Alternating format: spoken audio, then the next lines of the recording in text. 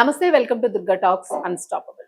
మనం ఇప్పుడు మంగ్లీకి సంబంధించిన కేసు విషయంలోని రకరకాల ఆధారాలన్నీ బయటకు వస్తూ ఉన్నాయి. అలాగే దానికి సంబంధించిన కమ్యూనిటీ పర్సన్స్ కూడా ఎదురుదాడి చేస్తూ ఉన్నారు.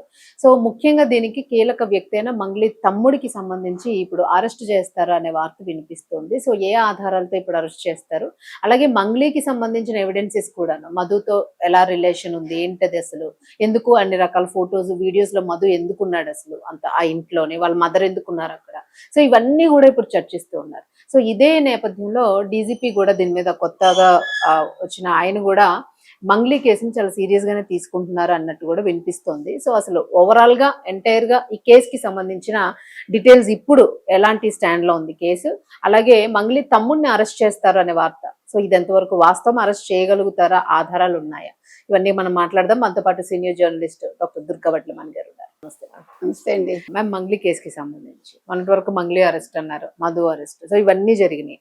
ఇప్పుడు మంగ్లీ తమ్ముడు కీలకంగా ఆయన్నే అరెస్ట్ చేస్తారు అని, సో అలాగే డీజీపీకి సంబంధించి కూడా ఈ కేసుని సీరియస్ గానే తీసుకుంటారేమో అని వార్త, మీరేమంటారు? ముందు అసలు ఇప్పుడు సివి ఆనంద్ గారు కొత్త డీజీపీగా తెలంగాణకి పదవి బాధ్యతలు చేపట్టారు, వారికి అభినందనలు. అంటే నాకు గతంలో నేను ఫస్ట్ చూసినప్పుడు సివి ఆనంద్ ఎలా ఉన్నారు, ఇప్పుడు అలాగే ఉన్నారు, నో చేంజ్ ఎట్ ఆల్. అంటే ఆయన అసలు ఎట్లా, హౌ హిస్ ఫిట్నెస్ ఏంటి అనేది నేను చాలా ప్లెజెంట్ గా వారు మాట్లాడటం జరిగింది. అన్ని అంశాల మీద వారు చర్చించారు.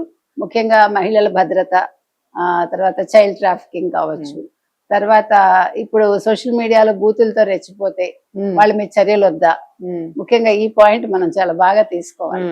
ఎందుకంటే ఒక 5 ఏళ్ళు ఒక రాష్ట్రంలో బూతుల ప్రభుత్వమే నడిచింది కదా. అదే విధంగా ఇక్కడ కూడా మీరు కేసీఆర్ గారి గత వీడియోలన్నీ విన్నారంటే ఆయన ఎంత వల్గర్ గా మాట్లాడారో అర్థం అవుతుంది, వెటకారం అవన్నీ కూడా. సో ఇప్పుడు ఈ నల్లబాలు కేసు ఏదైతే ఉందో, నల్లబాలు వర్సెస్ ఇది, దాని మీద కూడా ఆయన చర్చించడం జరిగింది. సో వాళ్ళ మీద చర్యలు తీసుకోవద్దంటారా అని ఆయన సెటారిక్ గా అడగడం జరిగింది.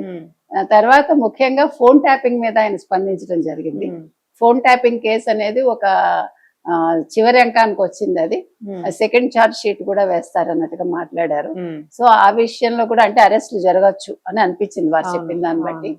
ఇలా మొత్తం అన్ని అంశాల మీద వారు మాట్లాడారు. ముఖ్యంగా పోలీస్ శాఖలో ఏఐని వాడతామని చెప్పారు, ఆర్టిఫిషియల్ ఇంటెలిజెన్స్ వాడతాం, డెవలప్మెంట్స్ అన్ని స్టార్ట్ అవబోతున్నాయి. ఇప్పటికే చాలా బాగుంది పోలీస్ శాఖ, ఇంకా ఎక్కడికక్కడ మోడిఫికేషన్స్ చేస్తాం అన్నట్టుగా చెప్పారు. సో ఇందులో ఈ నేపథ్యంలో ఒక జర్నలిస్ట్ అడిగారు, మరి మంగ్లీ మీద వచ్చిన ఆ కేసు గురించి. అంటే నా దగ్గర ఇంకా ఆ కేసు నా దాకా రాలేదు, ఆ వివరాలన్నీ నేను తెలుసుకున్నాక దాని మీద స్పందిస్తాను అనడం అయితే జరిగింది. సో దాని మీద కూడా వారు దృష్టి పెట్టచ్చు. ఇప్పుడైతే సిఐడికి ఇచ్చారు కేసు, సిఐడికి ఇవ్వడంలో ఇప్పుడు ముందు కదులుతుంది కదా. ఇప్పుడు accounts, Madhu account already transactions అవన్నీ తీసుకున్నారు. సో నిన్న మధు చౌహాన్ అకౌంట్ లోకి 3 సార్లు డబ్బులు పడ్డాయి, 3 సార్లు అతను వెంటనే విత్డ్రా చేశాడని తెలుస్తోంది. సో మరి ఇప్పుడు ఇంకొక మధు ఉన్నాడు, నేను కాదు అన్నాడు కాబట్టి కాదు, ఇప్పుడు మధు పాత్ర ఉందని తెలుస్తోంది. ఈ మైక్రో ఫైనాన్స్ కేసుకి సంబంధించి ఇది మంగ్లీ కేసు అంటున్నారు, మంగ్లీ కేసు కాదు అది. మనం అంటే జనరల్ గా మనం చెప్తున్నాము, మంగ్లీకి ఇన్వాల్వ్మెంట్ ఉందా లేదా, బాధితులు మంగ్లీ పేరు చెప్తున్నారు కాబట్టి మంగ్లీ ఇందులో ఇన్వాల్వ్ అయిందా లేదా, మంగ్లీ పాత్ర ఏంటి, మంగ్లీ డబ్బులు తీసుకున్నారా లేదా, నిజంగా వాళ్ళ ఇంట్లో నోట్ల కట్టలు ఉన్నాయా లేదా, ఈ విషయాలన్నీ బయటకు రావాలి. కాబట్టి మరి మంగ్లీ అకౌంట్ కూడా అడిగారా లేదా సిఐడి వాళ్ళు, మంగ్లీ అకౌంట్ వెరిఫై చేస్తున్నారా లేదా, ఇప్పుడు అందరి అకౌంట్స్ తీసుకుంటున్నారు కాబట్టి తర్వాత వాళ్ళ ఫ్యామిలీ మెంబర్స్ కూడా తీసుకుంటారా, ఈ విషయాలు బయటకు రావాలి. సో ఓవరాల్ గా ఇవాళ మంగ్లీ కేసు కాదు ఇది, మంగ్లీకి ఈ మైక్రో ఫైనాన్స్ కేసుతో ఎంతవరకు సంబంధం ఉంది, ఆవిడ చెప్తేనే వీళ్ళు పెట్టుబడులు పెట్టారా, అసలు మధుకిను మంగ్లీ కుటుంబానికి ఉండే సాన్నిహిత్యం ఏంటి, ఈ విషయాలు బయటకు రావాలి.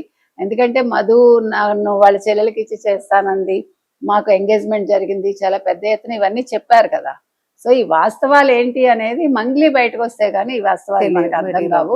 సో మరి ఆవిడ ఎప్పుడు బయటకు వస్తారు, ఈలోగా ఆవిడ మరి ఏ లాయర్స్ తో సంప్రదిస్తున్నారు, లేదు పొలిటికల్ గా ఆవిడ ఏమన్నా ప్రయత్నాలు చేసుకుంటున్నారా, ఈ విషయాలు బయటకు రావాలి.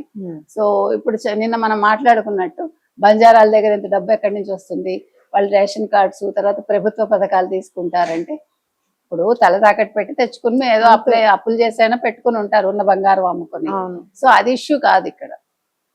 సో దీని మూలంగా వాళ్ళకి రేషన్ కార్డ్స్ కట్ చేయాలి, ఇవి చేయాలంటే అది క్వశ్చనే కాదు అసలు. అవును.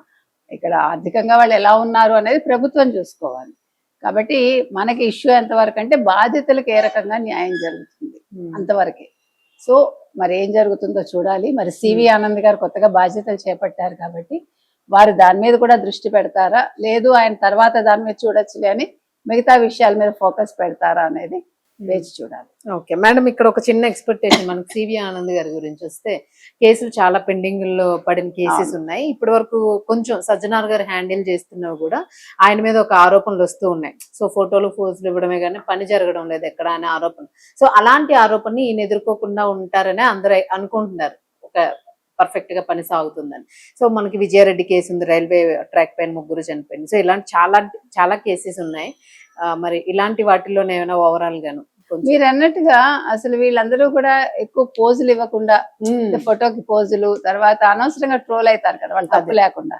రాజకీయ నాయకులు కావచ్చు, లేదు అధికారులు కావచ్చు, అధికారులు ఎస్పెషల్లీ వాళ్ళకి ఎందుకు అవసరం లేదు కదా, ఇప్పుడు పబ్లిసిటీ వాళ్ళకి అవసరం లేదు.